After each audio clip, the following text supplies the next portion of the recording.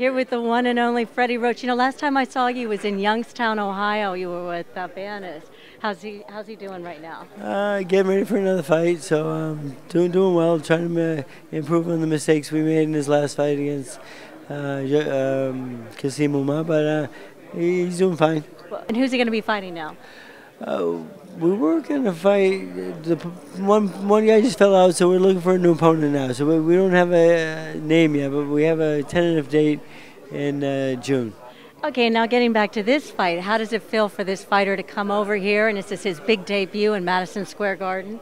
Well, Amir's been around the world. He's an Olympian. He's silver medalist in the Olympics, and he's fun everywhere in the world, and he's a traveler, so it won't be any surprise for us. But it's just, I think it's just really, really good that he's fighting his first pro fight in America in Madison Square Garden, because that's the mecca of boxing, the history.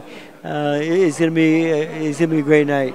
He's going up against the Magic Man Malignaggi, and I guess there's been a little bit of talk back and forth about Magic Man. Did he take that name? That's Marlon Starlin's name. He stole that too? Oh my God, Marlon's gonna be upset.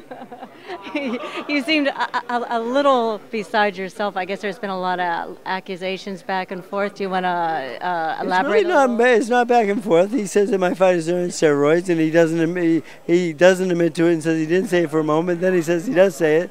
So make up your mind. I mean, you know, I have no problem with it though, because my guys are clean. They'll do any commission tests that are out there. So the thing is, I don't know why he's saying that. He's hurting his own sport because the general public's throwing steroids into boxing now. It's just they should think before they speak. Do you think there should be, though, tougher laws on as far as the drug testing, or more this Olympic-style testing? Or Olympic-style testing is not relevant in pro boxing because they save blood from year to year, because Olympics athletes are Olympics for like amateurs for 10, 12, 15 years. Urine tests, hair tests, saliva tests, blood tests all show this exact same thing.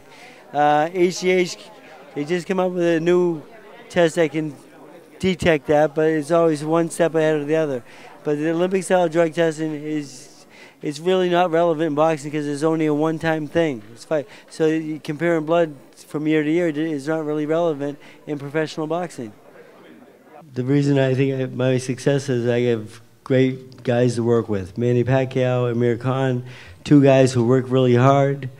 They're dedicated to this sport. They have great discipline. I know some people made some comments about them using steroids and so forth, and that pissed me off a little bit, so I say stuff back, because why can't they just accept that these two guys work hard and they're great fighters? And you'll see that on the 15th, and Paulie, you will definitely see it. Thank you. Paulie did piss you off, huh? Yeah, you too. Fair enough. You got some shit in the Philippines that makes bullets bounce off soldiers? I don't know about that, bro. I don't know anything about bullets bouncing off. Believe me, that didn't come out of my mouth.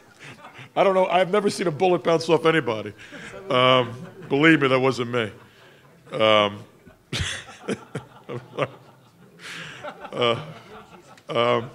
The funny thing about Freddie, and I say this before, I do think he's a tremendous trainer, one of the best, I mean, ever.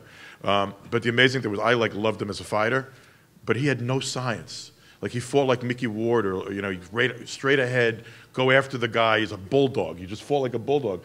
And he's got all these kids that are like scientists in the ring. Like, all of it, I mean, now he's like a wizard. I mean, it's amazing to me, the transformation and how he is as a teacher as opposed to how he fought as a fighter, which is, he's a great teacher, one of the best in the game. Paulie's wearing a T-shirt that says "Stop Hating."